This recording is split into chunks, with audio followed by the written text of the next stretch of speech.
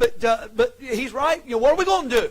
What are we going to do? We're having a problem. Our nurseries literally are blowing up. I mean, I thought, man, we're going to have plenty of space now for a while. We aren't wrong, and we don't have space anywhere. Matter of fact, we're hurting right now. And you say, preacher, what are we going to do? We're going to keep reaching our community with the gospel. And if we have to build, and I think we're going to, and we'll say more about that in a few services. But we've got some things that we can do. But folks, if we're arguing about who baptized who and who was preaching when I got saved and all that, yeah, that's kind of important. But wouldn't it be weird if I said, now I baptize you in the name of the pastor? You'd be like, preacher, that's weird. I'm not baptized in your name. Then why were they fighting in 1 Corinthians on who baptized them? Do you realize we live in a day where there's people that literally fly from America to go to Israel just to be baptized in the River Jordan? Now, I'm not getting on you if you were baptized in the River Jordan. You say, oh, I just want to feel the water. That's about all it is. There's no difference between the River Jordan and the River Enery. Enery River, whatever you want to call it.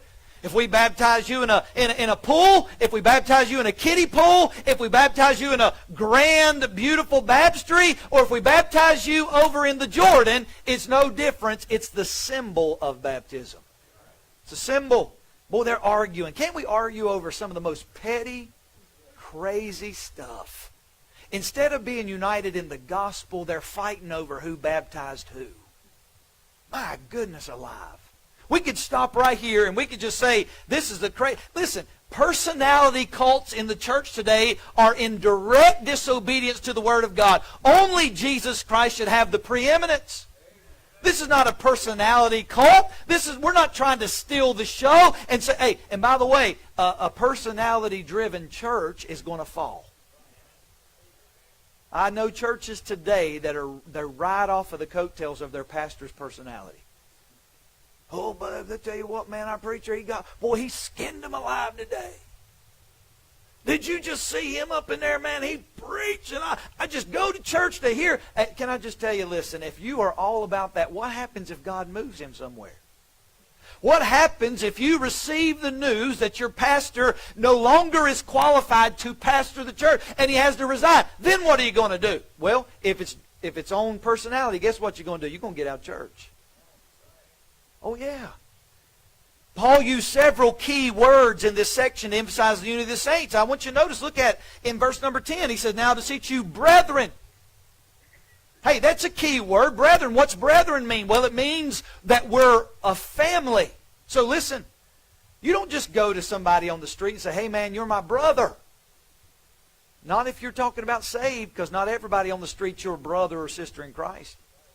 Hey, brethren actually means family. He called the readers brethren, reminded them that they're family and that they're together in Christ. Then he uses the phrase, look at it in verse number 11. Verse 10, he says, there be no divisions among you, but that ye be perfectly joined together. That's a medical term. It means the same as our body working together, different parts of our body working together, in the same mind, in the same judgment.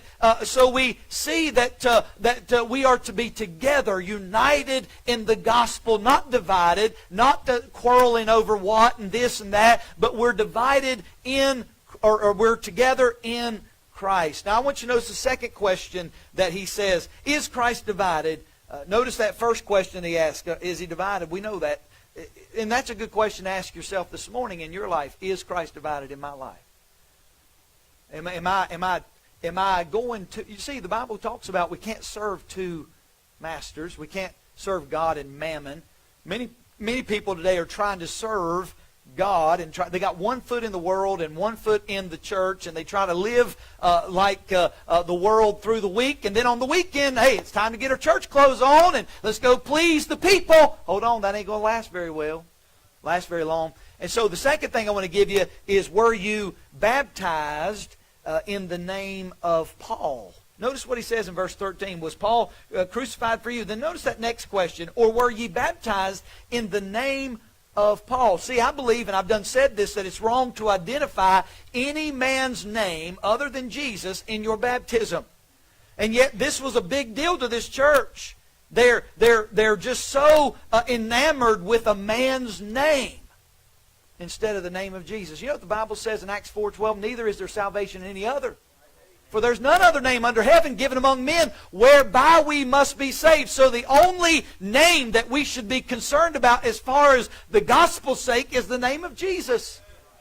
Man, listen, we shouldn't be trying to promote our name. We should not be trying to put ourselves up on a pedestal, if you will. Hey, there's the Bible talks about giving honor where honor is due, and I understand all that. And yes, like we said something about Mike and how we should honor Mike Sloan for his faithfulness through the years of being a member of this church. There's nothing wrong with that. But can I say, when we start lifting people up and worshiping them in a way, and friend, we can get so entangled with the world and so messed up and so off course. The last thing I want to leave you this is the third thing is Paul. Notice what he says. I didn't go in chronological order, but notice what in verse 13 he says, was Paul crucified for you? Another question. If you'll notice how many times that Paul deals with the word wisdom in this one chapter, I think he names it at least 8 times in those scriptures. He talks about wisdom. And the key word in this whole paragraph, I guess if I were to say, would be wisdom. And it's the key idea that Paul actually expresses that we dare not mix man's wisdom with God's revealed message. You notice that Paul is dealing with these Greeks who they're philosophers. And he's dealing with these Jews who require a sign. And so God's wisdom is revealed primarily in the cross of Jesus Christ, but not everybody sees this. You realize not everybody sees that. You say, what do you mean? Well, look down in verse number 23. Notice what Paul says after he deals with the Jews. They require a sign. The Greeks seek after wisdom. But notice verse 23. But we preach Christ crucified.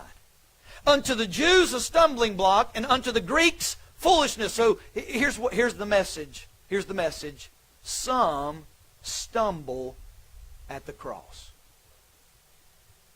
They do.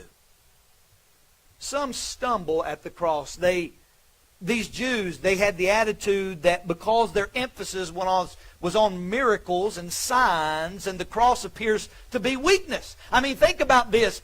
Jesus was actually crucified between 2 thieves. And if I were to tell you what those thieves were guilty of, I'd have to ask the kids to leave the room. They were malefactors, male prostitutes, but it goes further than that. And our Savior hung between 2 wicked men, and there could have been up to 50 others there that was crucified on the same day, as people could walk by and look at the cross and spit on our Savior and scoff at Him. They stripped Him of His clothes. They ripped His beard out. They did all them horrible things.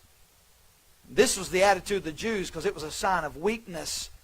Some stumble at it because the Jews were looking for power and great glory. They stumbled at the weakness of the cross. How could anybody put faith in an unemployed carpenter who's a millennial from Nazareth? I mean, he's just a man. He used to do stonework over there with his stepdad, and that's not the Messiah. Surely that's not the Messiah. I've never seen him call down fire. I've never seen him do that. And he claims to be Jesus, the Messiah, but he's just a carpenter. His own people did not recognize who Jesus was. And you know what? That's the question today, church. What are you going to do with Jesus?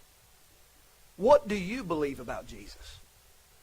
Can I ask you this morning, is he just a historical figure? You know what Paul said about Jesus? He said in the gospel, in Romans chapter 1, verse 16, Paul says, "For I'm not ashamed of the gospel of Christ, for it is the power of God unto salvation to everyone that believeth, to the Jew first, and also to the Greek." You thank God. Hey, listen, the gospel did come to the Jew first, but guess what? The Jew refused it. The Jew, just a few of them said, yeah, I do believe that He's the Messiah. Hey, but many of them said, no, I reject it. Why? They stumbled at the cross. Can I ask you a question? Are you going to stumble this morning? Are you going to leave this morning after hearing a message and seeing a family that's willing to forsake all and follow Christ and go to the Bahamas and reach those kids with the gospel? Hey, why are they doing that? Because there's power in the cross. Hey, why would you reject Christ as your Savior today and stumble at the cross? Hey, He's made the way for you. But these Jews, hey, they did not want to see. And listen, there's something else about this. Look at the latter part of that verse. The Jews a stumbling block, but notice what the Greeks did with it. And unto the Greeks, foolishness. Notice this. The Greeks' foolishness. Listen. Some not only stumble at the cross, but some laugh at the cross. Some laugh at the cross. Can I tell you, this response by the Greeks to them, the Greeks emphasized wisdom. Notice how many times wisdom, and I don't have time to read all the verses, but that word wisdom is mentioned many times in those, 8 or 9 verses there. Why was Paul continually talking about wisdom? I'll tell you why. Because that's what the Greeks, that was their God. What's your God this morning? If the Greeks were so interested in philosophy and education and such higher learning, like Corinth, the city of Corinth was known for its higher learning, if that was their God and it caused them to scoff at the cross, then what would be our problem today? I believe America's God is entertainment. And guess what? Most churches today are full of what? So instead of us going into the world and preaching the gospel of the world, listen, let me just offend half of you right now.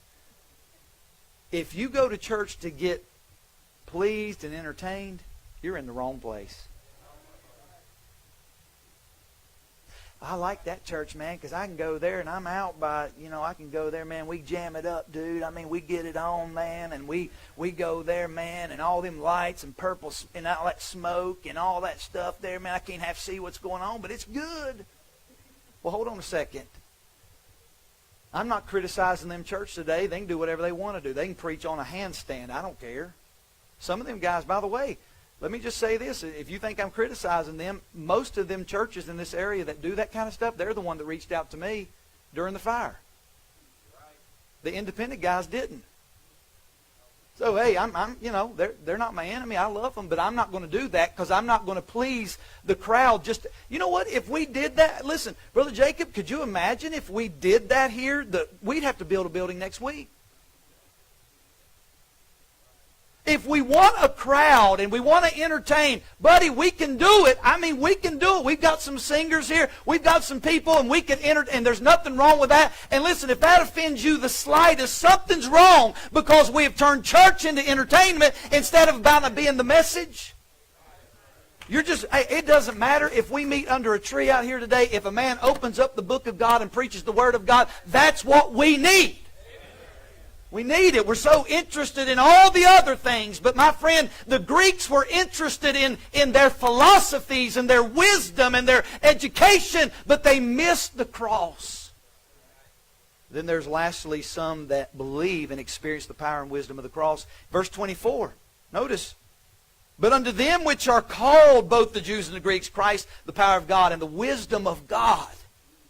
Boy, I love that. But unto them, I thank God that I'm one of them. Listen, I'm going back. I start school tomorrow. I'm going back to get my Master's of Biblical Studies tomorrow. I don't even know what I did. I'm already having regrets. I'm like, what did I sign up for, man? 12 credits per semester, and I'm teaching in 2 Bible colleges already. And I'm thinking, man, Lord, and the reason my mom asked me last night, why did you do that? Her birthday's tomorrow.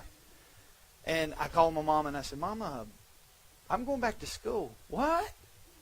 Ain't you already completed that? I said, yeah, but I said, Mom, I'm pastoring people that's smarter than me. I said, I've got to do some sharpening up. I said, I do. To be in all reality, iron sharpeneth iron. I want to know more about the Scriptures, and I want to do it the right way and do it.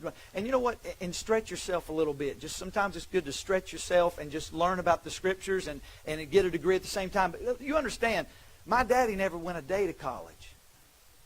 There's a lot of good men that never went a day to college. A lot of successful people that started businesses and they're successful and never went a day to school. Matter of fact, there's a lot that never even finished school. But yet, their God was not wisdom. Their God was Jehovah God.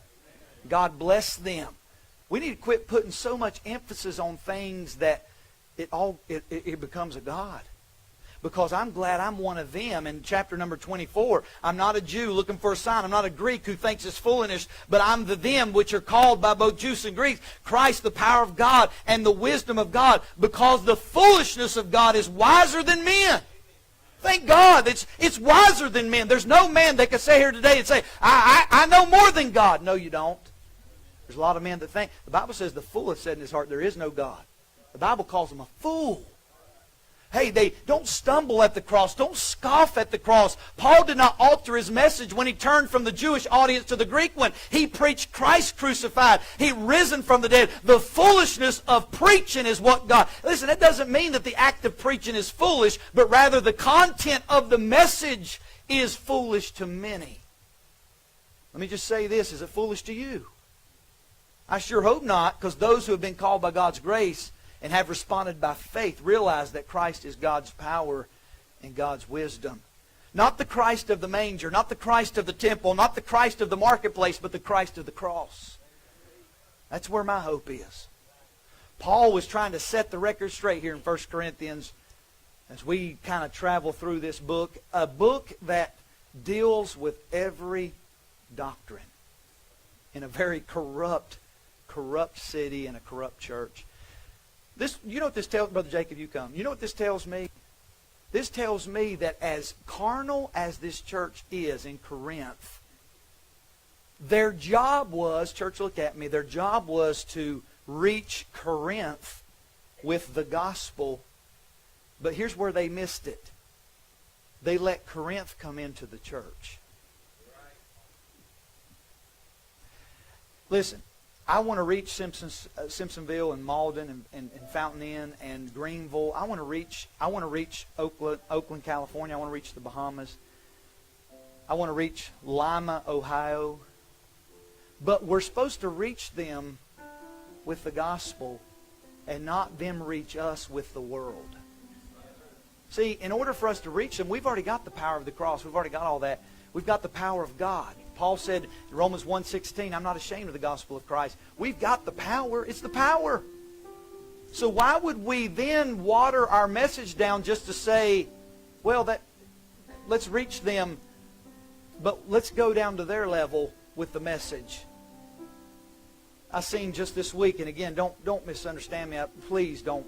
I don't have a bad attitude about things and in a mean spirit. But I seen this past week where churches now have went to beer and Bible. So here, hold on a second. Hold on. Don't miss this. Beer and Bible. They drink and then they study the Bible together and they do all these things. And then I seen where they also support what's it called? Yeah, something like that. And where they fund abortions and all that. And they said, yeah, we're glad our money's going to, instead of starting churches, they're funding abortions. The reason, this is, by the way, it's a church. The reason is because they have let the world in to say, well, we're going to reach these people. Look at what we've got. Yeah, look at what you've got. I thought old things are passed away. Behold, all things have become new. Friend, listen. If you've got to water down your message to reach those people with the gospel, I know this. This has enough power to clean a drunk up. My word right here has enough power in it to clean a drug addict up and to fix someone. I don't need to water the message down. Matter of fact, I need to get more bold about it and reach our community with the power of the cross.